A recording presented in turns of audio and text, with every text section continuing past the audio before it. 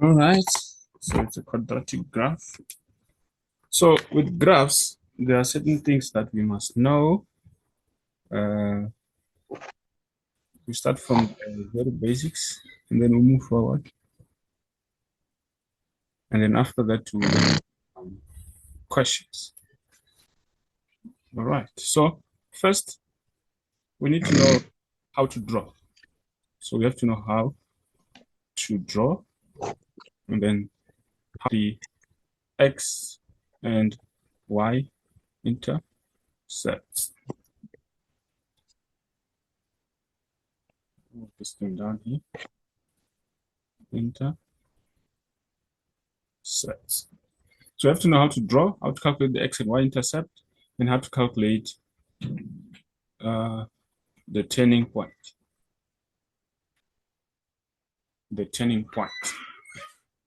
And then, yeah, that's what we're going to learn about today. Calculating the x and y intercept, calculating the turning point, and drawing the graph. Okay. So first, let me start.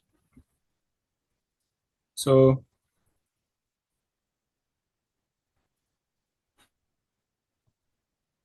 a quadratic graph has got mainly three forms.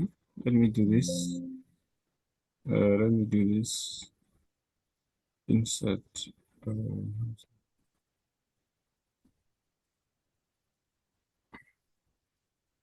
okay, slideshow. Okay, slide. All right.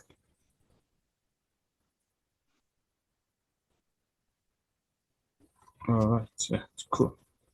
So quadratic graph has got mainly three standard equations. The first one, you've got y equals to ax squared plus bx plus c.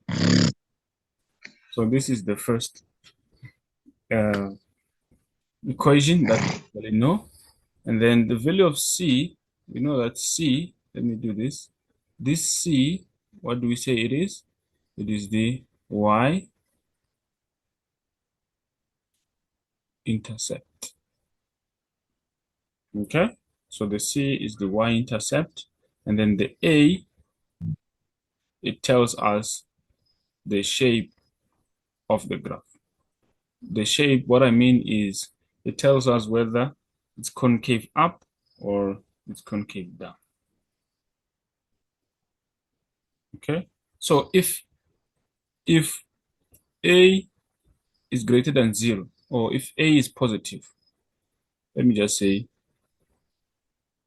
positive, it means our graph is going to be what? Going to be concave up, like this. But on the other side, if a is less than 0, that is, if it's negative, it's going to be what? It's going to be a concave down, or a frown, or a sad face. So if the graph is like this, just we know that a is negative, then the graph is going to be like this.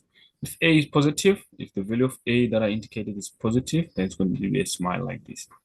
So this one, we call it concave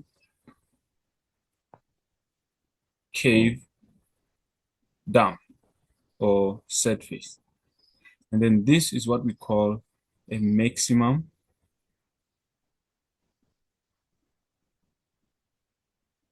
graph. This one is what? It's a concave. Let me use blue. This one is concave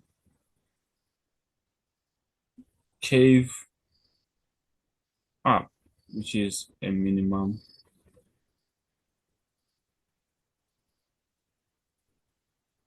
graph. Yes, so that's what we get from this. And how do we determine the turning point, the coordinates of the turning point? So for the coordinates of the turning point, let me do this. Let me just use red. You know that x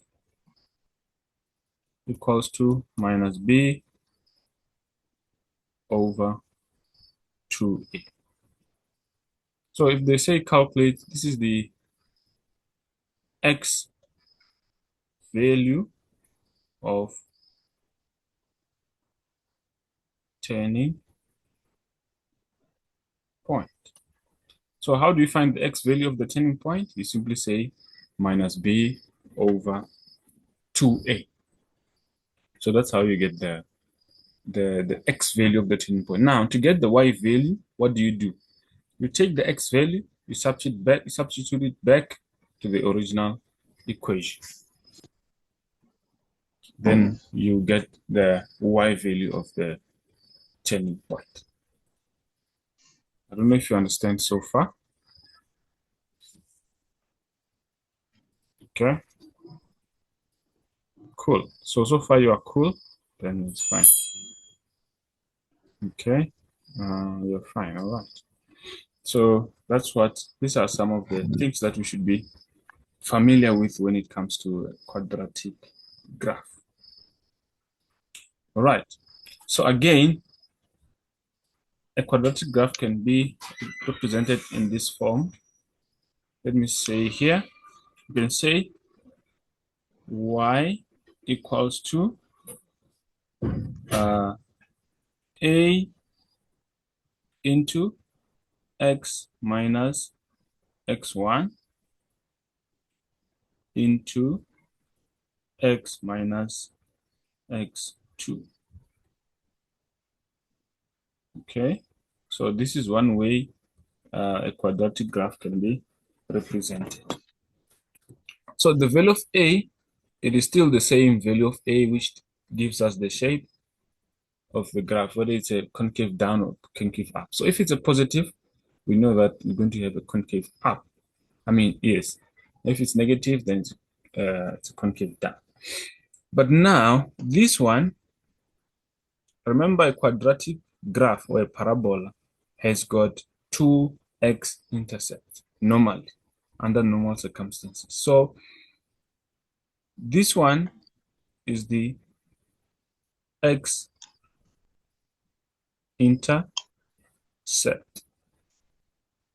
Same thing with this one is the x value of x-intercept.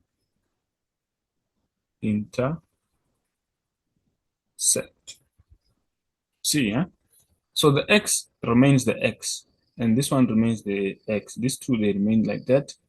But this x1 and x2, they are the x-intercepts of the graph. So let's say they're asking you to find the equation of the graph. And then they draw the graph for you and they show you the values of the x-intercept. So what do? You write this equation, y equals to a into x minus x1 into x minus x2. Then where there is x1 and where there is x2, you substitute the values of the x-intercepts. So we will do one example so that maybe you can understand. All right. Okay. Any question before we move? Seems like there are no questions today. People are quiet. Okay, it's fine. This was the first form. This one was the second. Now we have the third here.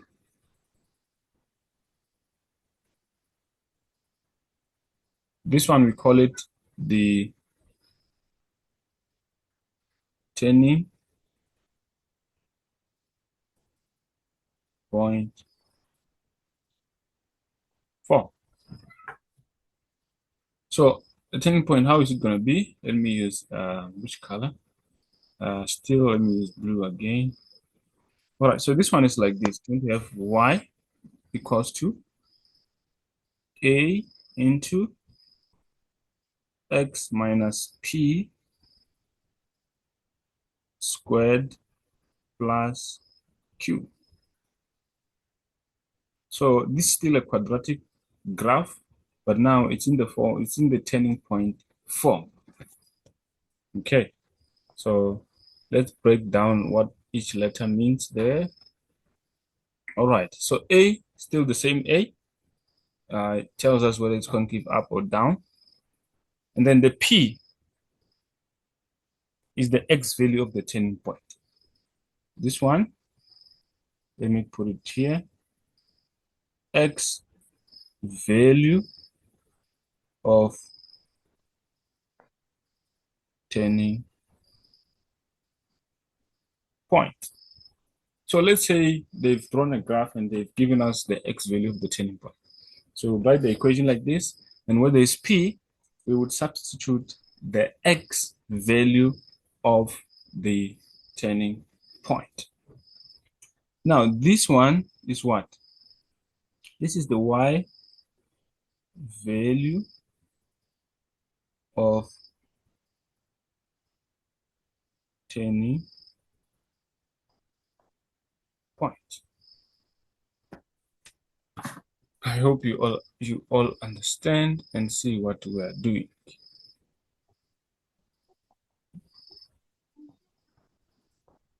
Any question before we proceed to the next thing?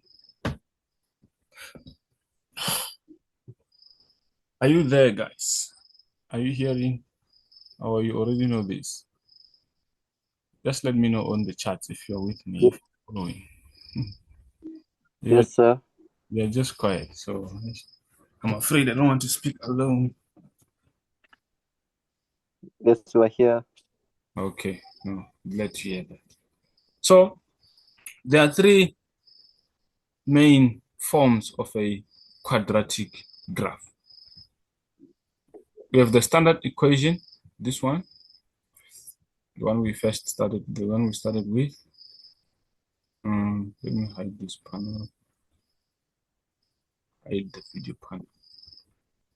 Oops.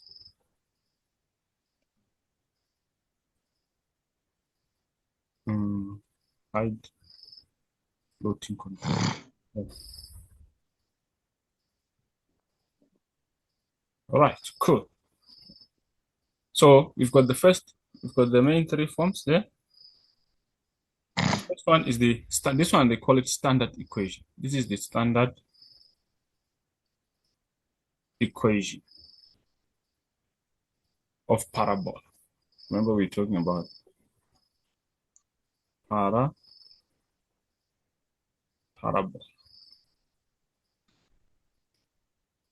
Ish.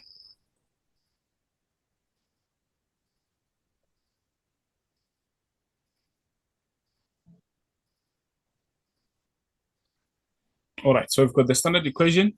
Then this one, we said this is the x-intercept form. Number two is the x-intercept form. Then number three is the turning point form. So we use this equation to general equation to find the equation of the graph if we are given in standard form. If we are given the x-intercept, we use the x-intercept form. If we are given the turning point, we use the turning point form. When we do like that, we are sure to ace our graph. Okay, so I'll send this to the WhatsApp. Let me take a screenshot. Yeah, I just did. All right, so if you all understand, then let's move on to the next thing. We will do the examples. You don't have to worry about this. Let me do.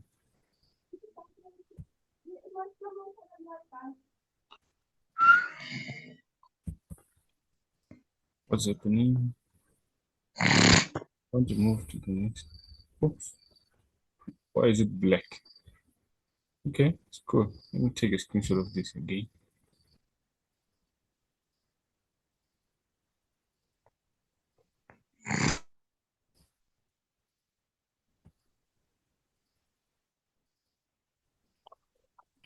All right, cool.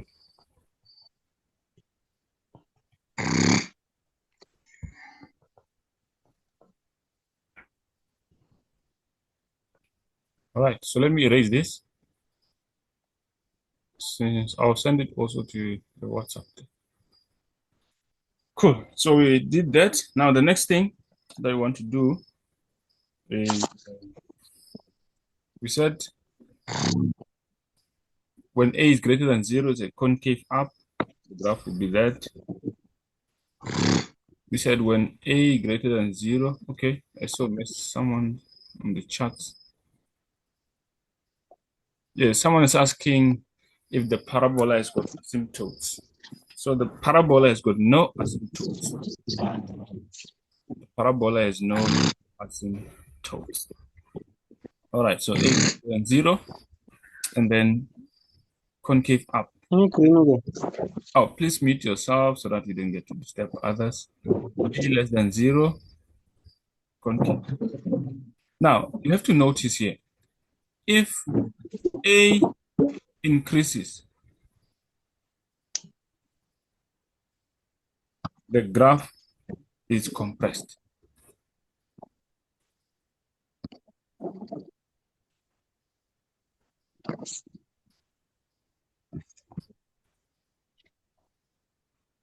It's compressed, or it becomes narrow.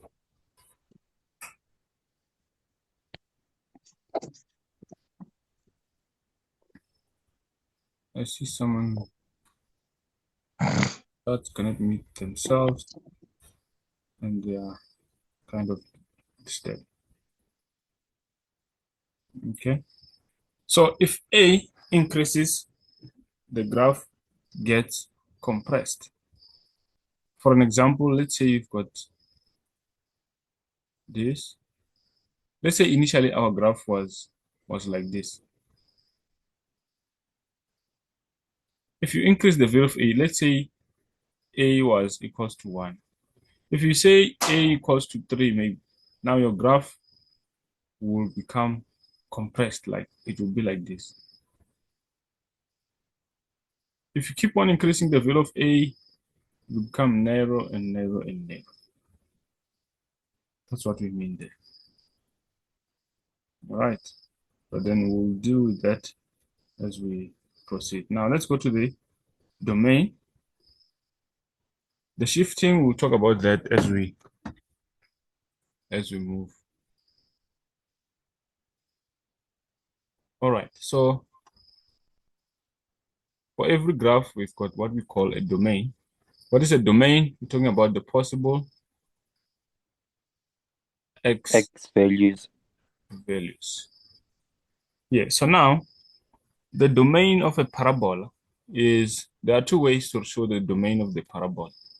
It's either you say x is an element of a real number. This is the domain of parabola. You can say x is the element of real number, or you can say, you can represent it like this. X is an element of what? Of negative infinity up to positive infinity.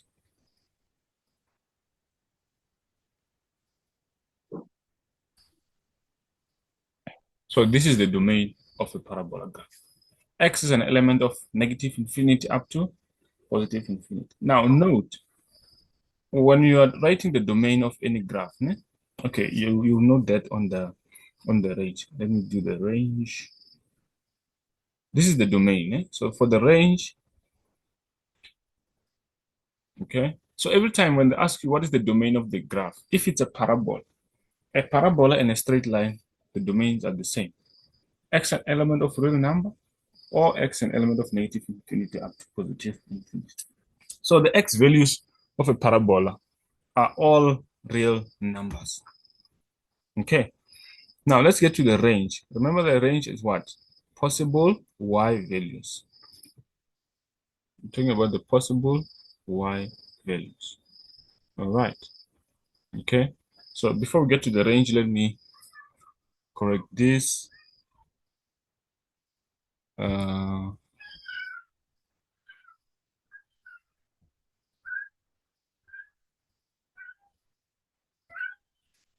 right. Let me correct this. Just join in again in 1 minute. I just want to correct this. Yeah, please join in again in 1 minute.